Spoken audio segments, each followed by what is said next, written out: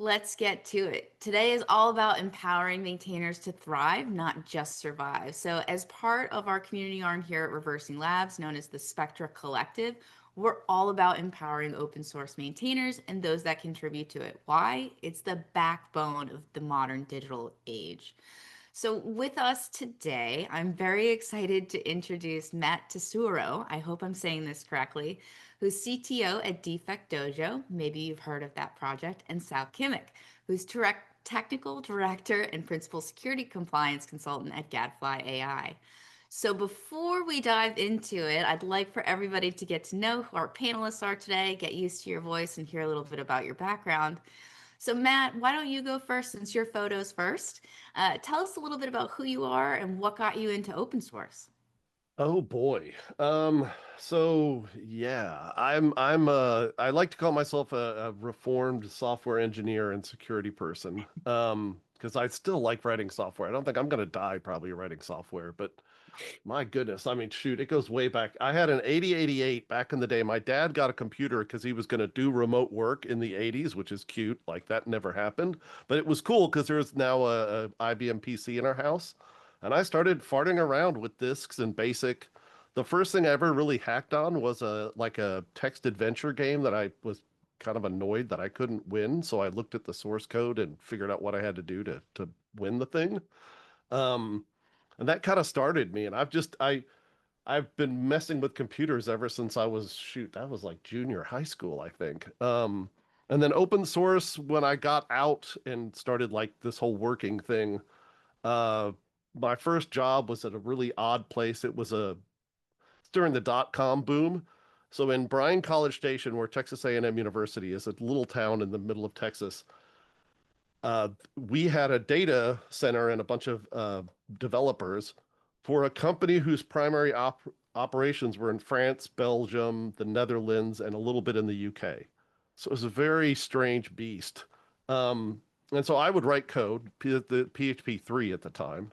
And my thing would mess up, and at 2 a.m., a angry Belgian would call me, and I'd have to wake up and drive to the office. Another thing that doesn't happen these days, but back then I used to have to drive to the physical office and do this. So I just got enamored by the fact that this PHP thing was free and Apache was free.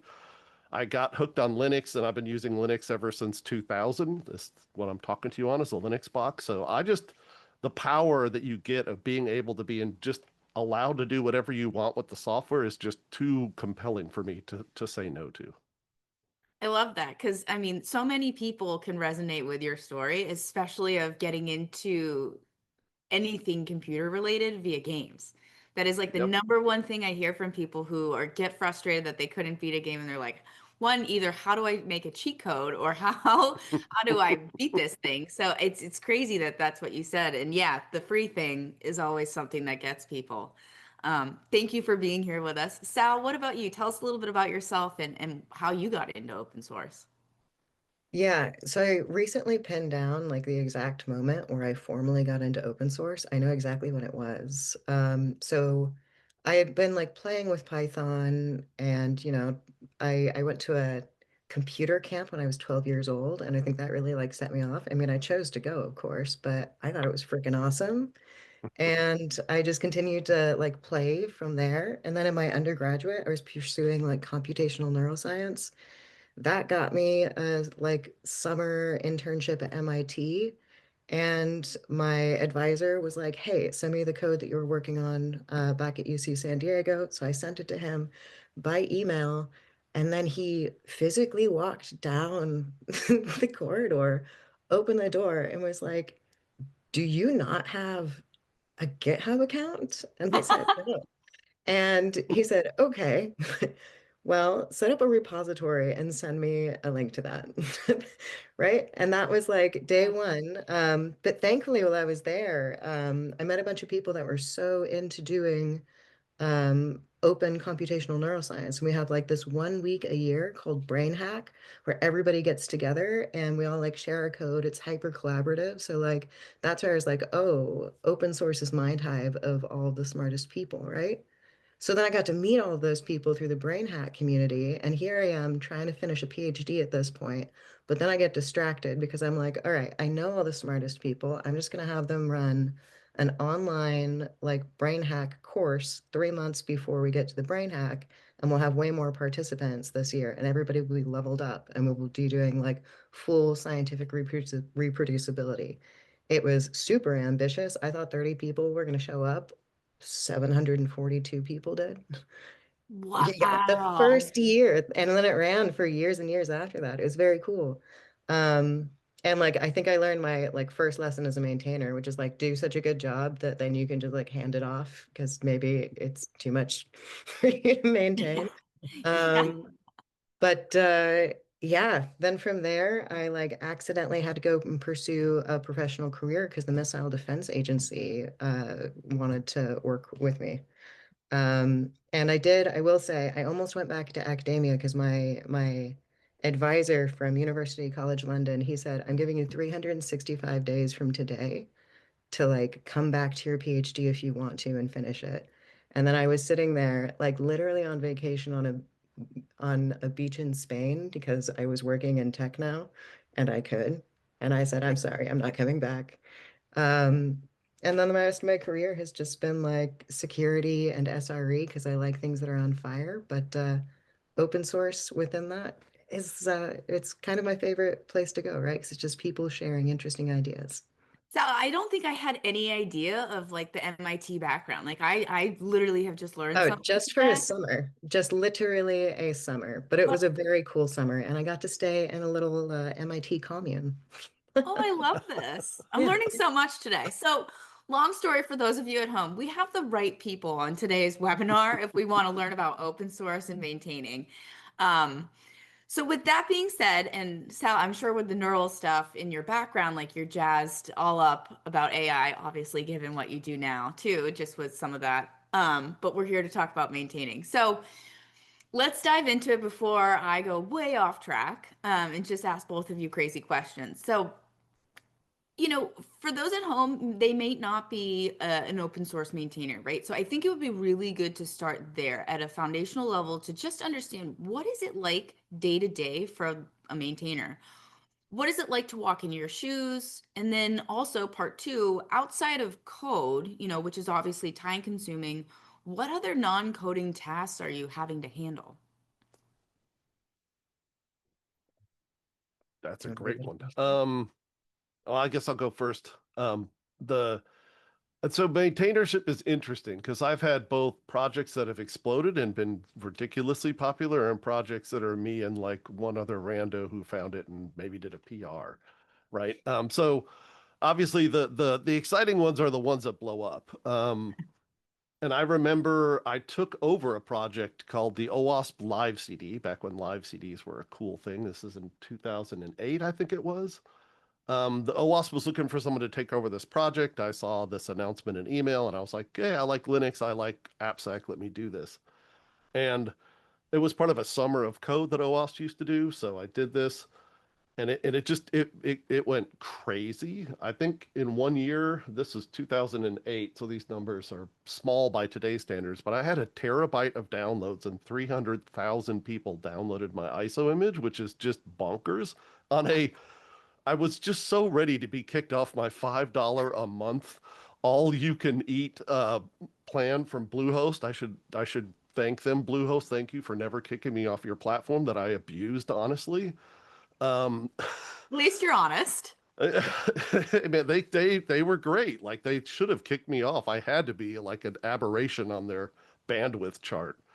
But it was really interesting because I don't know why I did this, but in that project, I set up a MediaWiki thing. That was a popular thing at the time. I set up a MediaWiki instance and I would just log in the MediaWiki my progress doing different packaging of tools. And security tools are interesting because they're not usually written by professional full-time developers. They're really written by hobbyists. So some of them are more interesting to package than others. And so in my trying to figure out how to make these things work and work in a live CD situation, I would just kind of put running notes. And I don't remember what tool it was or what I got blocked on, but I got blocked. And I remember like finishing a night on the wiki where I was like, arg, I give up. This is never getting packaged. And then somebody commented on the wiki and said, hey, have you tried this? And I really thought I was writing to myself that just happened to be online. And the fact that there were people out there actually reading my like ranty notes on a wiki and then actually helping me, that was kind of what flipped the switch for me forever.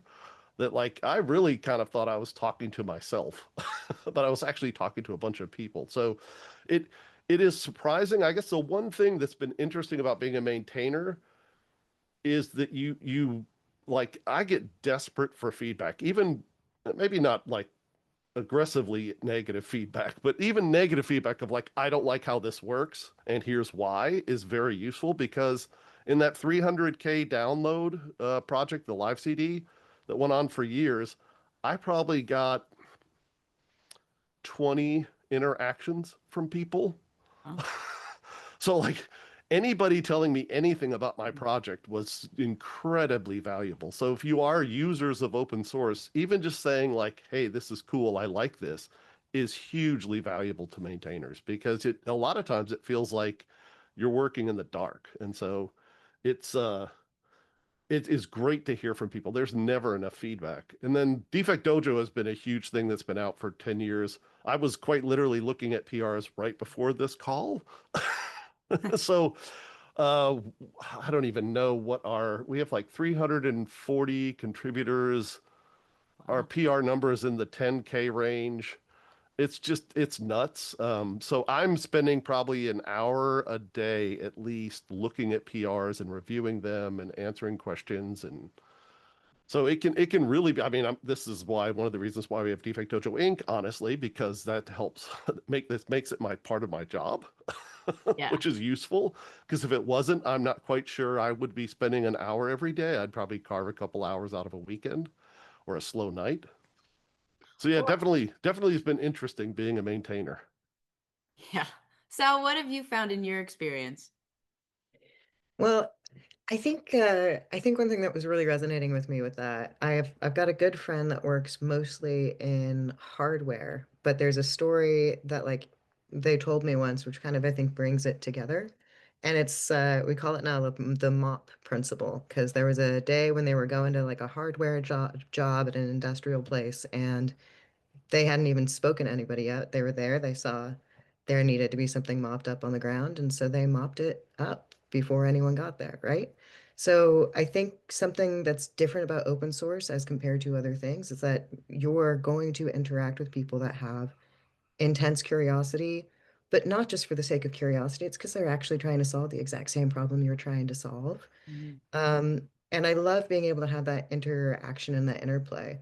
I remember there is a maintainer of this project called Pomegranate, which is Boolean networks a long time ago that like I had worked with him. When I say worked with him, I said had conversations on PRs with this person who I assume is a him from the handle. But right, the stranger on the internet. And then a few Yep. years later, I was able to get back to them and say, hey, remember that issue that I opened that you said you couldn't test because you didn't have a supercomputer? I have one and I can do a midnight cron job. Let's test it, right? Yeah. Like all of those interactions that you're having with people. And there's plenty of other places in the world where you can see that kind of energy, but the fact that you can just come over to your computer and use your fingers to get massive things done, I really, really like that. But I think now when I try to get people interested in maintaining or getting interested in the idea of maintaining a project, it's important for them to understand like why are they interested? Are they right? Like what is it that they want to bring to the table or the roadmap about it, not just as a service, but as like an exploration. Um, I think I want to see more projects being more sort of active and vocal with maintainers. I think we've got a lot of governance going now, but I still love seeing the solo projects or two-person projects where like you can get outside input and create something that's really, really cool. I see Matt nodding along to the exploration of like why you want to get involved. So, Matt, anything to chime in there? I saw you nodding emphatically. Yeah, yeah. Well, I mean, Defect Dojo has been a project that's been around for 8, 9, maybe 10 years. I don't know, a long time. And so we've seen maintainers come and go over the years. And so I think it was crucial to have, or let me put it this way, the people that bubbled up to maintainership and hung around for a while had an itch that they were scratching of their own. And so that's been a huge thing because I have seen a number of people that have this there's nothing necessarily wrong with it, but this idea of like, hey, I want to do this for my resume, right? I want to have a thing on my resume that says I'm a maintainer of X, or I have this open source thing, which I don't have any qualms with, but you really need to pick something you're passionate about because Yeah. it's work. I just happen to like the work. So it's kind of okay for me to say, hey, it's a Saturday. I got nothing on my plate. I'm going to go knock out some code and fart around on this thing I find interesting. Right. But if that's not you, then find something else that is that for you because you will shine if you have passion. Yeah. I think that's the key piece here. And every maintainer I've talked to is they were passionate about the project and kept wanting to solve the puzzle or adapt it to make more cool, exciting new features or functionality on top of it. So I really like that point of having to have that curiosity or needing to scratch that itch, as Matt said. So, Sal, I feel like you kind of alluded to it, when you were speaking, in that things in the past few years have kind of changed because there's a lot of governance we've been seeing. You know, what has changed, do you think, the most in the last few years about how maintainers are kind of managing that risk and security, while also tying into being compliant? Yeah, well, the couple things that have changed are really just breaches that were not great. Yeah. So a few years back, right, we were dealing with things as simple as like typo squatting. So, right, when matplotlib that nobody can type Yep. was given every misspelling in the world. Thankfully, I made a whole set of mugs. I used marketing budget to make a set of mugs that had every known misspelling of matplotlib. And I did not know because I didn't clear it with the maintainer if they were going to be offended or not. And thankfully, they walked over and they laughed at it and they asked if they could have one. And I said, obviously, you can have one. Right? Yeah. Take two. But yeah, so we've gotten past some of the basic problems of having more sanitized ecosystems, particularly at the language level, which I think is great and makes life easier for maintainers. Then I think also the governance that's coming into place really is just around formally stewarded projects, right? So if you have a relationship to the Linux Foundation or the Apache Software Foundation, and I also think if that's done well, that's going to take a lot of load off of projects because it's going to give a better understanding of exactly what your security requirements are there and how they're going to help you to put those into place. Um, for solo maintainers, the only thing that I really want you to do, right, put some good scanning into place, which you probably already have into place. So there's some GitHub actions. Make sure that you always have two or more people reviewing every merge. Um, but then also, because we're in a world where we have some good actors still trying to reach out, even if you're not in a stewarded location, if you're just a solo maintainer, please provide me a security MD so that I can contact you if you have some part of your code that I can find is vulnerable, because there's a lot of good people doing really good work Mhm. that can go out and find vulnerable snippets. And if you're not in the top 100 downloads, still give people a way to contact you, right? It Yeah. also shows that a project is active. But I think we're like 2 or 3 years away from having pretty good and standardized ways to do a bar of security for an individual project that I think are comfortable. And the sort of last thing I'll say here is like it's nobody is deeply culpable in cybersecurity when it comes to open source. It is the fact that we have distributed systems. So the way that I know a project is most likely to have a vulnerability in its next release is whether or not the projects that it intakes have updated their releases recently, right? So it's a Yeah. shared responsibility. And now that we've realized that with things like Log4j, Log4Shell, Log4j, Log4Shell, we also realize that you can have ongoing attacks, XE utils. Now we know that we have to have perhaps for stewarded projects identity verification. Um, that's a big change culturally to traditional open source of let me go and high five a stranger on the internet with a PR. Um, Yeah. but you can do both. Both of them still exist. Yeah. I do think that like having some of these new, more strong like two-factor authentication though is only to be helpful. You know what I mean? I haven't seen too much where people have been really pushing back because I think that two-factor authentication is only helping the integrity of the project, right? Confirming who you are. I think the Python Foundation is, absolutely moved all of it to that. So I think some of those things are really good. And I think we'll start seeing more ecosystems having that type of mentality. But, Matt, I know that your project is aligned with the foundation. So I'd love to get your thoughts on this. What has changed the most in the last few years about managing risk and security? And then, how does that tie to compliance, if anything, for you? Well, to carry on what Sal said a second ago, there's a lot of good tooling now in GitHub Actions, or just like a lot of vendors will give you a free open source account, which is very useful if you're, sole provider and you're not making income. It's kind of nice to have somebody who'll give you a free scan. Um, but those kind of things have been very useful. At Defect Dojo, we went from being kind of the traditional, granted, 8 years ago, we were the like, hey, you got a PR, looks cool, it's in, to today, we have a very formal process. We're doing a release every week. Every PR needs 4 approvals to go in. We're using a piece of software that lets us mark code as like particularly interesting pieces of our code. And it will fail a PR if those places get checked. Not that we don't accept PRs in there, but that's like a mental note to whoever's approving, like, ooh, they're touching a spooky part of the code. We need to have extra eyeballs on this area. And then we have a ton of GitHub actions with Renovate and um, Dependabot and all those kind of things. Now, one thing that has been interesting is there's sort of a double-edged sword to all this scanning, in that and funny enough, I literally read a PR about this today, which is hilariously well timed this morning, even. Several years ago, somebody added a feature to Defect Dojo to allow it to use the Redis that is provided by AWS, which means Bodo 3, the library, a Python library for Amazon, is part of our requirements. That thing changes on a daily basis. It is insane. And so Dependabot, I have been doing daily Dependabot PRs Yeah. for about 2 years.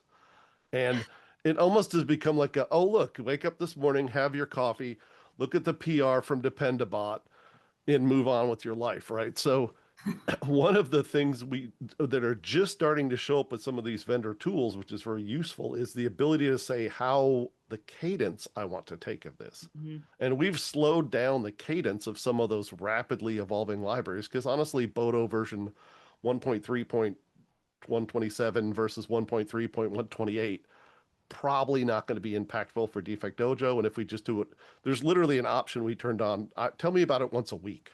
Yeah. Like, look at the difference once a week, because I don't need to daily approve a PR from Dependabot. That's just burning a lot of cycles of maintainers. And so I'm loving seeing the fact that that automation that made it better, but also kind of made it worse, is getting some love. And then the other interesting thing that's been the latest thing as a maintainer that's a dual-edged sword is the fact that you can vibe code stuff. So we're getting these vibe coded PRs, and you're like, I really appreciate that you're going to rewrite all of this function and make it better, but 90% of your PR is comments that don't really add much, and then you're changing some core things that have replications outside of the file you're changing that I guess your LLM is not smart enough to catch. So like, thank you, but no. So it's a very interesting place to be as a maintainer who wants to take PRs and is excited that people are excited about our project, but we also have to maintain a level of quality that is just sometimes not present in some of these, vibe coded PRs. Yeah. Sal, you look like you have something to add to that. Yeah, so I was recently I had a mentee who I was having write some blogs on how to get involved in open source projects in the Open Source Security Foundation. And I had to like stop and come in. And I felt I was having like an old head moment, but I was like, no, stop. I'm writing this section. We have to state, if you want to use AI for your first PR, don't. Don't do it. Do not do it. It completely defeats the point, right? Yeah. So why are you going to be contributing to a PR? What, to raise invisible stats in a game? No, you are going to submit a PR after you ask an issue asking if the scope of work is relevant or not. If you do not do that, then you will be doing what we traditionally call a flyby contribution, which we don't love. And instead of that now, it's just like this crazy, like flyby, like drive-by shooting of like, this is a massive thing that doesn't make any sense. If I was to merge this, it would be gory.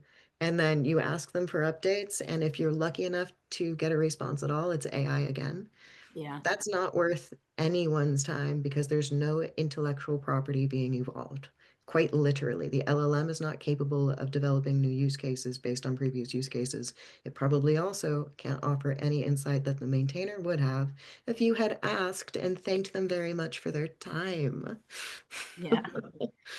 I just think it's interesting too, because so many of these people who are using vibe coding aren't traditional developers. So it's got to be difficult in my, like, I would think, as a maintainer to kind of figure out, like, when you see those flyby type PR requests, you're like, are you a developer or not? Or are you just straight up just using AI to like do something that you think should be done? So I would think it's going to be difficult to kind of discern between like who is actually submitting these, and then it would probably eat some time to figure out like, hey, let's backtrack and see what you've done in GitHub to see what type of work you've done previously.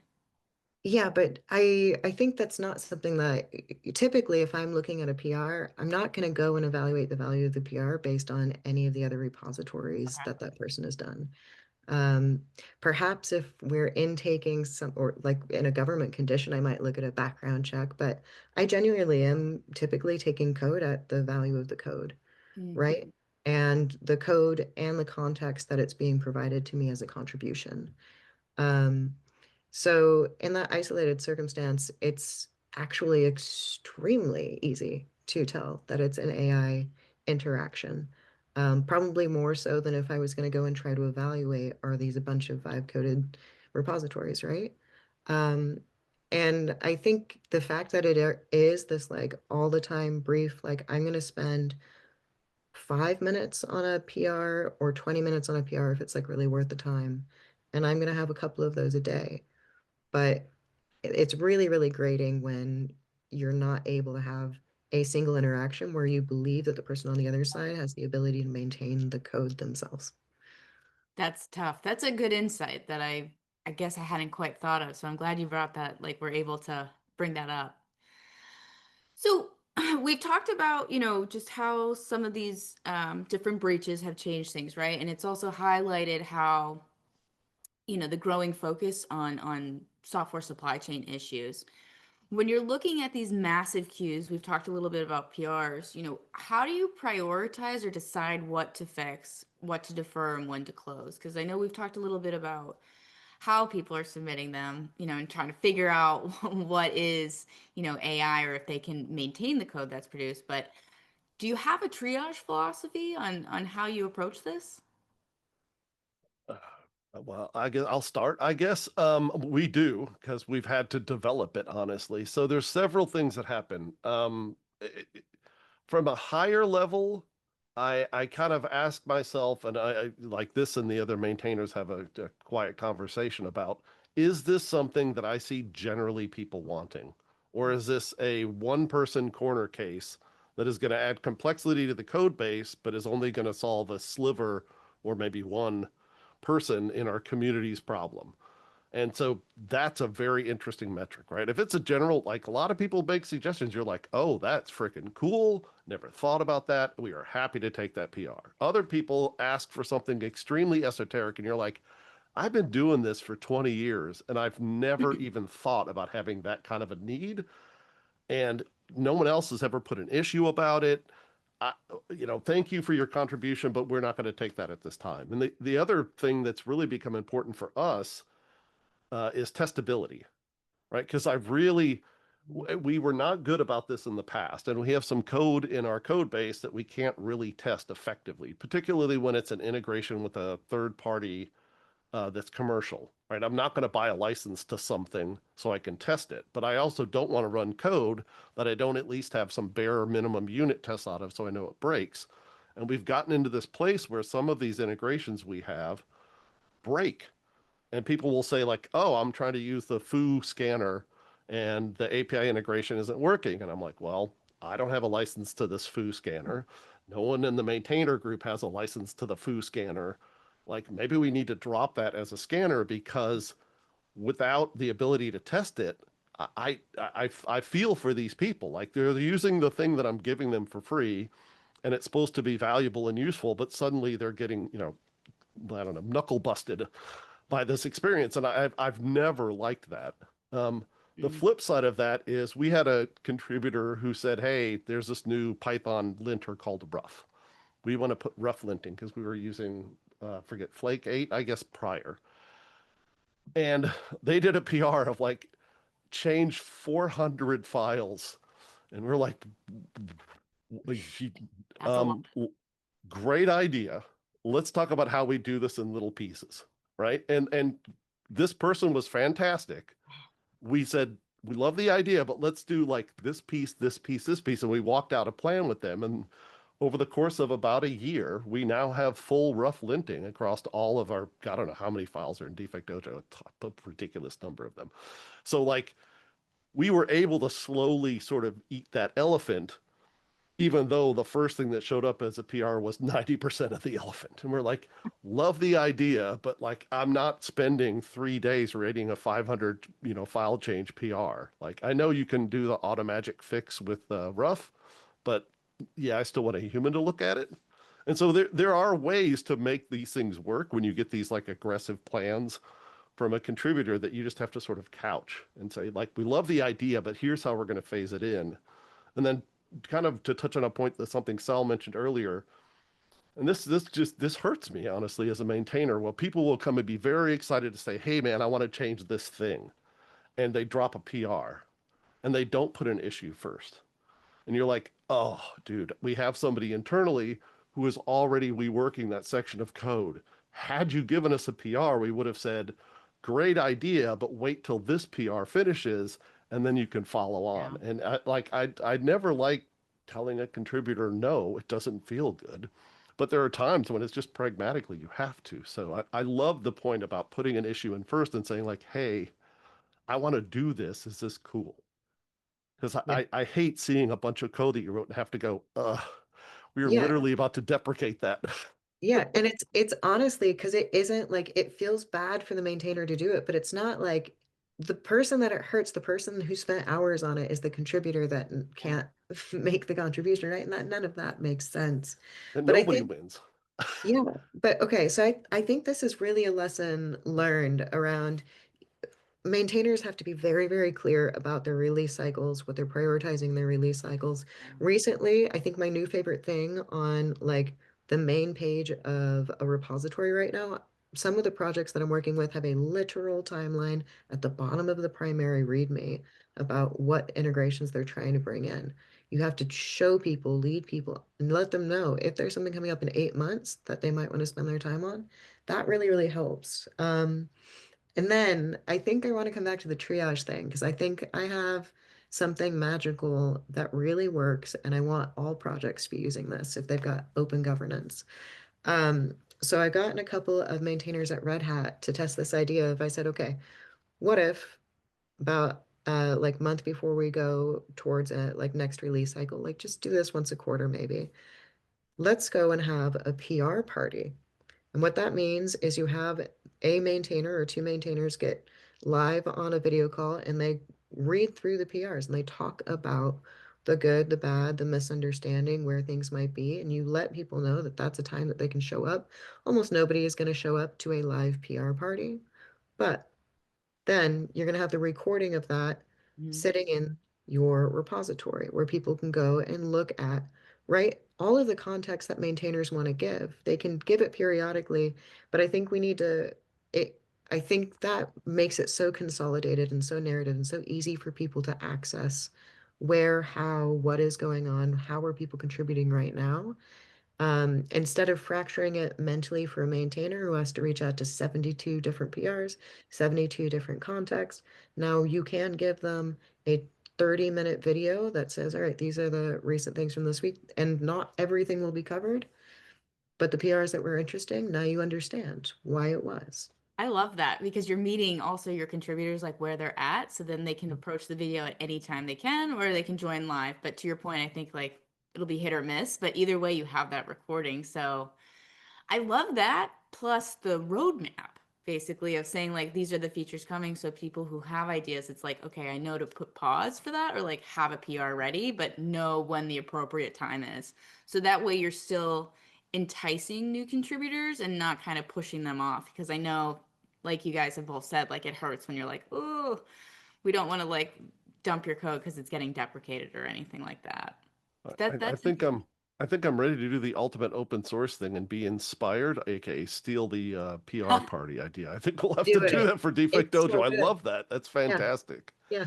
I mean, that's how open source works, though. Beg, borrow, steal, so you Yep, don't have to reinvent the that's why wheel. I've loved it. Like somebody figured out how to do something cool somewhere over there and I see it and I'm suddenly a better, coder Mhm. for it. That's hugely valuable. I Yeah, I love it. hope it helps. I literally, it's the only thing that I can tell people that I don't have a single maintainer who doesn't like it. Even if they don't want to be on camera, they'll do the voiceover just as good. That's just as good, yeah. Yeah. So we've Do you talked have to about use thumping rave music in the background? Because I don't know why the security people love that like Yeah. electronic music thumping in the background. I'm like, I really don't need to see you run Nmap to electronica. I'm sorry. Matt. You could run it like a crypto video though, and wear like a fox mask or a panda mask. Oh, there you go. Yeah. So before I get totally off track with this, we've talked about a lot of good stuff, how ways to improve, how you kind of triage, what's changed in the past few years. Let's talk a little bit about the one ugly side, that, it's talked about, but I don't know if it's talked about enough in an honest way where we can talk about how to help people or just recognizing signs. So we're going to talk about burnout. It happens, right? And we've had some allusions to it throughout this conversation, but what's are some of the signs of burnout that you see in community, and what can be done to help identify it, or help provide assistance? And I'm choosing those words carefully because I don't think there is a way to prevent it necessarily, but being able to identify it, and provide assistance, I think will go a long way. Well, I can tell you burnout. I have seen it firsthand. And I'll just one quick visual anecdote. So I was at a conference last year, and we're at a security after party, of course, very cool. And there's a couple of people having beers. They're all having a good time. They're laughing. And there's someone about 4 feet away from them at the same table who's clearly there with the same company with just like a hard glass of whiskey. He's not talking to anybody. He's clearly had a rough day of going out and like showing and talking about his project in public. And then I go and I talk to him like, all right, are you the maintainer? He says yes. And I'm like, okay, how much of your paid time do you actually get on this project? He's like, less than 15%, right? So like, even when you have paid maintainers, when it's a percentage of it, they're at the same risk of burnout or higher. Yeah. And so the maintainer is trying to build out a project. So I think like sort of taking advantage of people that are willing to pick up the mop and clean up a mess. I think that's kind of starting to come to an end because we know we literally can't afford it because open source is part of critical infrastructure. And I think this is something that's really key. The same as I want contributors to have good human conversations with maintainers about scope, resourcing, and roadmap. I want maintainers to actually keep an eye out and foster people that are very, very strong and likely to be maintainers. If you leave AI out of your first PR, your maintainer can actually see if you're worth the time or not, right? Mhm. Even if you don't know anything about code, if that is still a person on the other side, if it's an interesting question, great. I jump into repositories all the time on issues where I literally have a question just about the way the code works abstractly because I just conceptually can't understand from the documentation, right? That's great. That's a good thing because it means they need to update their readmes. So all of those kind of contributions, as long as it's coming from a place of curiosity, um, that's really it. It's not about the value of your first actual code contribution. It's about where the intellect is actually pointing in that.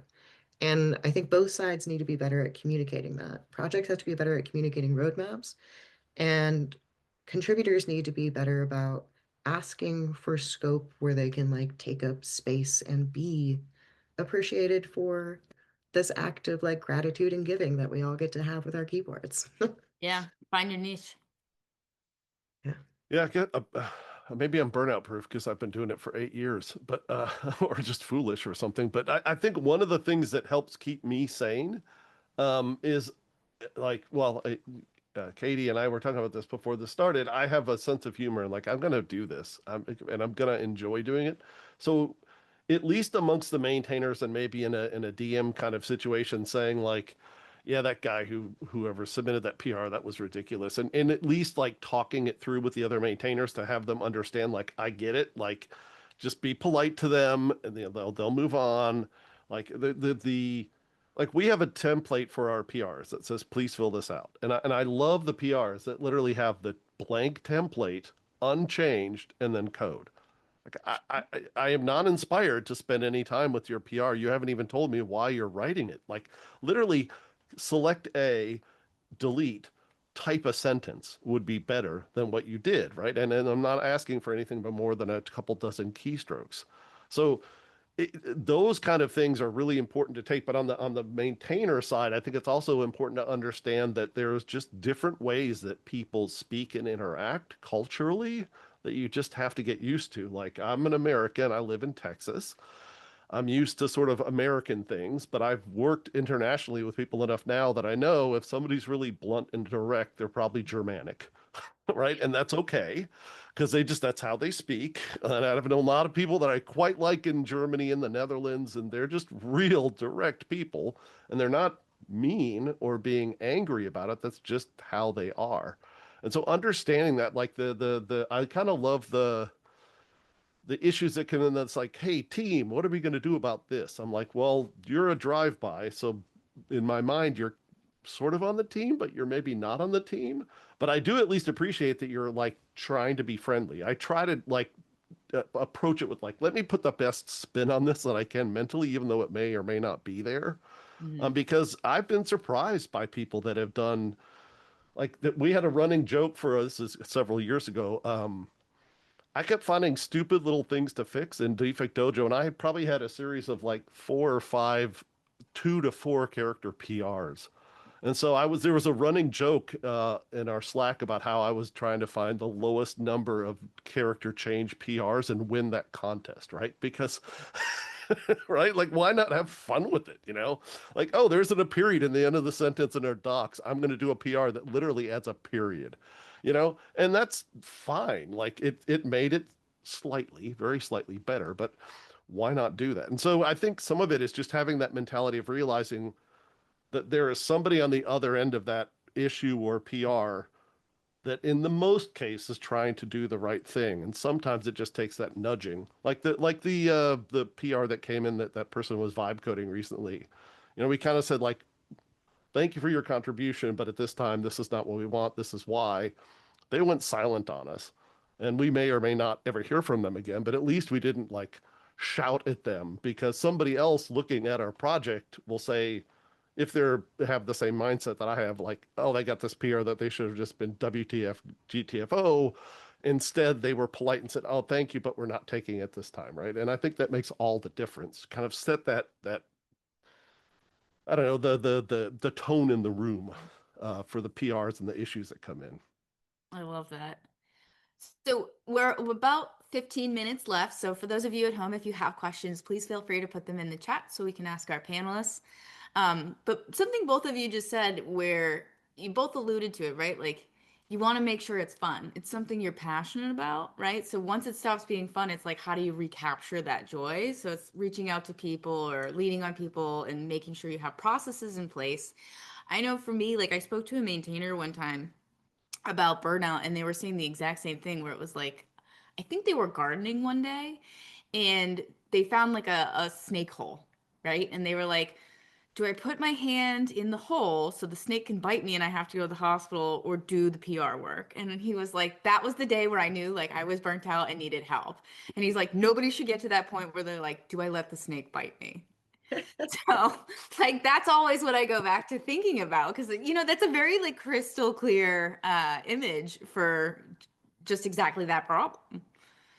Yeah, when the hospitalization seems like a rest, that's probably you're in a place where you need to think about life choices. Yeah, Yeah. that's That's where you phone a wow. friend and ask, like, hey, who can help with this? Who can carry the mop or pick up, as long as, you've authenticated they're real and not, a Fisher or something else. But Um, knowing when to get up and walk, like I've done this before. Like I'll get up and when I used to work at an office building, I got quite angry about something one time, and I got out and I just walked around the building twice and then yeah. came back into the building because I just had to like let the anger flow out of me slowly over a couple of block walk and then come back into the office where I can be rational because sometimes that just happens and it's Yeah. if you're contemplating getting snake bit over a PR, yeah, you need to walk around your house or whatever the right thing is to Make a let coffee. some of Who that knows? go. Yeah. So I've got one question left before we do our final wrap. And this is, hypothetical. If I had a magic wand and could do whatever you requested, and I could implement one change, be it technology, funding, culture, to help make open source more secure, sustainable, or human-centered, what would that change be? I know, loaded question, so I'll give you like 10 seconds to think. Oh boy.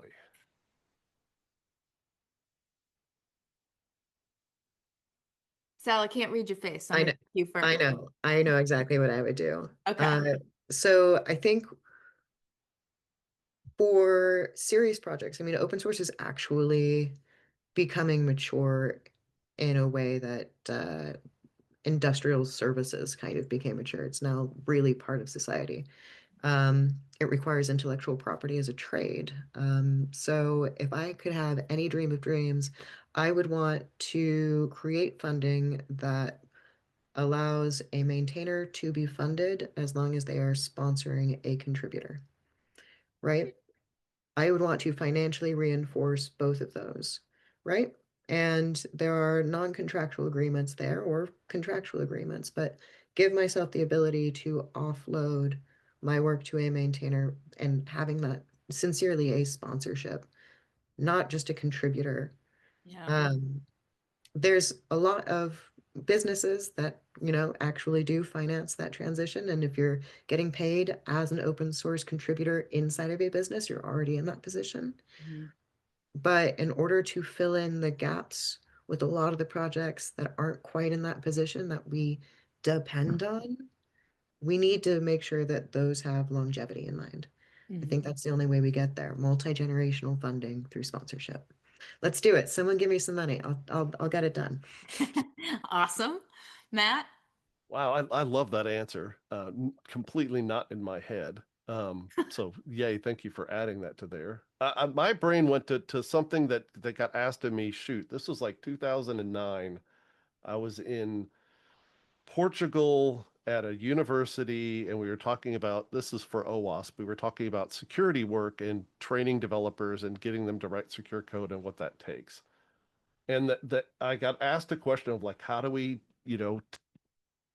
convince people to take security seriously as developers, and that's a that feels like pushing a rope at times, being in the security space for years.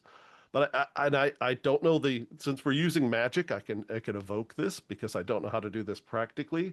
But I think pride and empathy are the two things that really would drive software quality up. If you are doing something you're engaged in and excited about, you're proud of it. You're going to run out. I remember, this is embarrassing, in the late 90s, running out into the living room to my wife and going, I got a CD playing on Linux. Like Red Hat 5.2, I got a CD playing audio out of my speakers and I was jazzed. And my wife was like, Cool. "Oh." Like, yes, I know in Windows 98 I can do that with just putting in a CD, but this is Linux. You don't understand. Right? But if you have that pride and empathy, you can not only care a great deal about your work, but you can understand the people that are coming to you and the problems they're facing, which I think is huge. There's an expression, I wish I could credit it to the person who told me it, but I don't recall. But they called it the waterbed theory, and I've been using this as a metric. So if you push down in one area, the other area is going to rise. That's how a waterbed works, right? If you're laying in the waterbed and your partner jumps on the other side, you're going up, right? So the waterbed theory is as you give in one direction, you're gaining in another.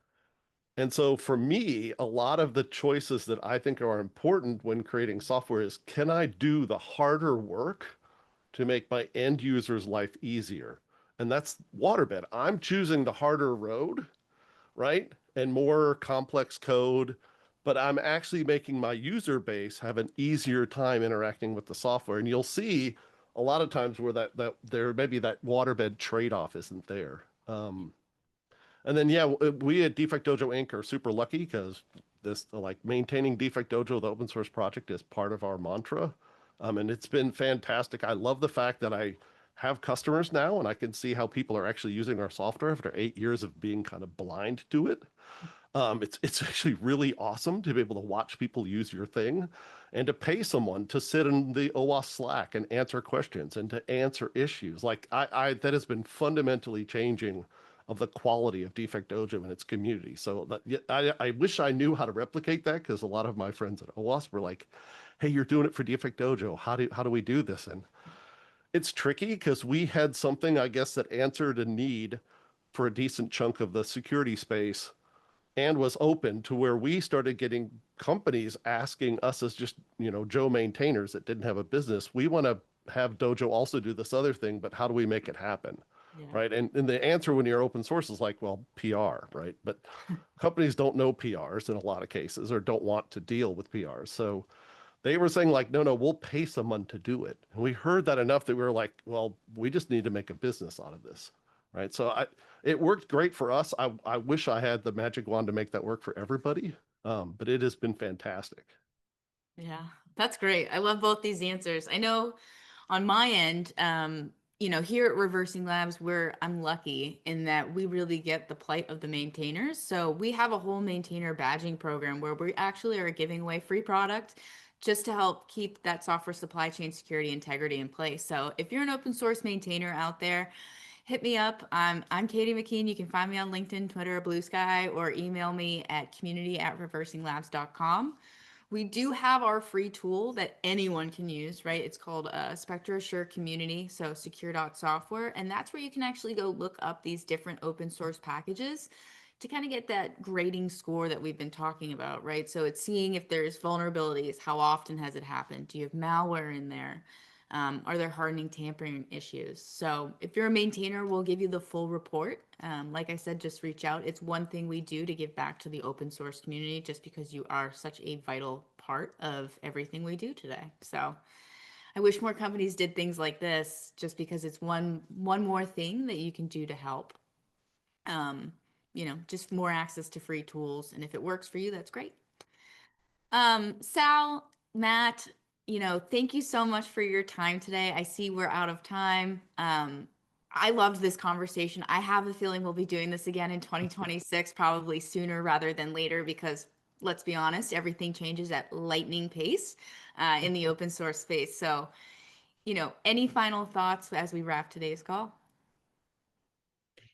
I would say anybody who's thinking about doing open source, do it. I did it a long time ago and it's just been wonderful ever since. I was realizing I think my first contribution to open source was a C library to read maildir in QMail because I was using a PHP thing called Squirrel Mail. And I just wrote, I don't know, a dozen lines of C to change how it worked, and contributed that, and that got accepted. And like I've been doing it ever since, and I've made a whole career like tangential to me just playing around with this open source stuff. So do it. Like it is rewarding. It has some sharp edges, but it is definitely rewarding.